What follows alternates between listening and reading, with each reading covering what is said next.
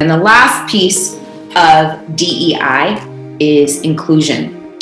So I think of inclusion and I think of the idea of, there are different words that come to mind when I think of inclusion. I think of welcoming, or ensuring that the person feels welcomed.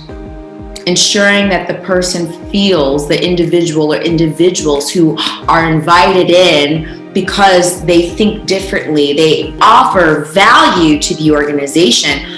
Inclusion means they know that they offer value. They understand the value that they bring. They understand the larger vision of the team and of the organization, and they understand that what they do contributes to that. So that gives people a sense of purpose and a sense of belonging. So that's one thing. That's a great way to welcome someone, is ensuring that they feel and they have a sense of belonging and a sense of contribution to the vision or the mission of the team, of your team, or of the organization. So that's part of inclusion. The other part of inclusion truly means ensuring that a person feels welcomed and does not feel excluded, feels like they are part of and belong to the organization, to the culture of the organization. In the introduction, I shared my experience of going into a workplace and being a middle-level manager who had years of experience under my belt, and being terrified of going to work every day, feeling the same way I felt back in high school and middle school when I was going to school and experiencing bullying. I didn't feel included. I didn't feel welcomed. And there are little nuances, little things that get in the way or can prevent someone from feeling welcomed.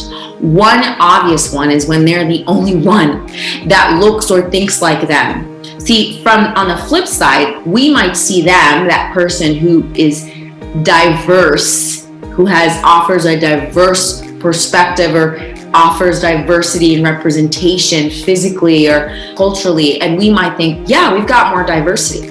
But imagine what it might feel like for that individual who's the only one. He, she, or they may not feel safe.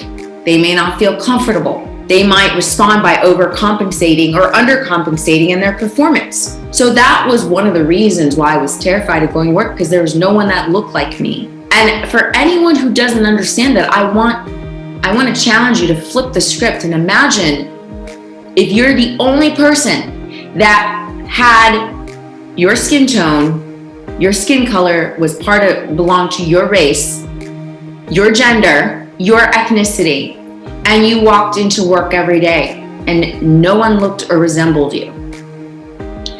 You might feel unique for the first couple of days, like, yay, I stand out.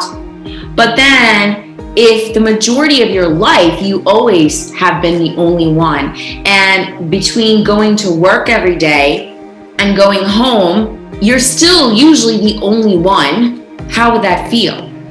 Or even if home, you're not the only one, but when you walk into the workplace, you are the only one, that's a stark difference. That could feel a little traumatic. And so imagine how that would feel. And so that's what we get to do in this process, is just kind of put ourselves in somebody else's shoes. So that was a reason I did not feel included. The other was because I'm pretty sure that it was unconscious. No one else would have picked up on this, of course, but me.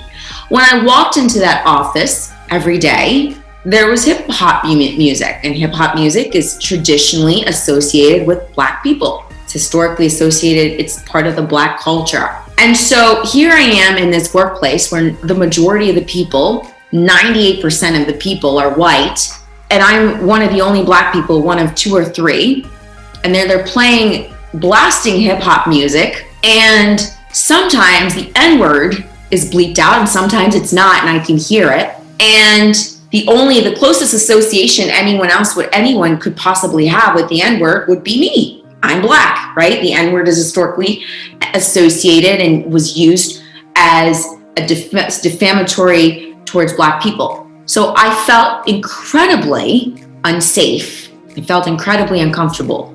I didn't feel included. I felt excluded. And I didn't know who I could talk to about this because, again, I had to show up to work and do a good job because I was also trying to keep a job, maintain a job. I didn't want to be seen as someone who's complaining and fall into the trope of the angry Black woman who's complaining and finding things to complain about. So this is what I was grappling with, right? And so if I was grappling with that, given my background, given the fact that I have lived in the majority of my experience has been in white dominated spaces, and if I felt like that, how might someone else who has lived in a predominantly homogenous group in their community, how would they react if they're the only ones? Would they really feel included? So that's when, like, you're a part of the mission, a part of the vision, a part of the solution, part of the culture of the organization.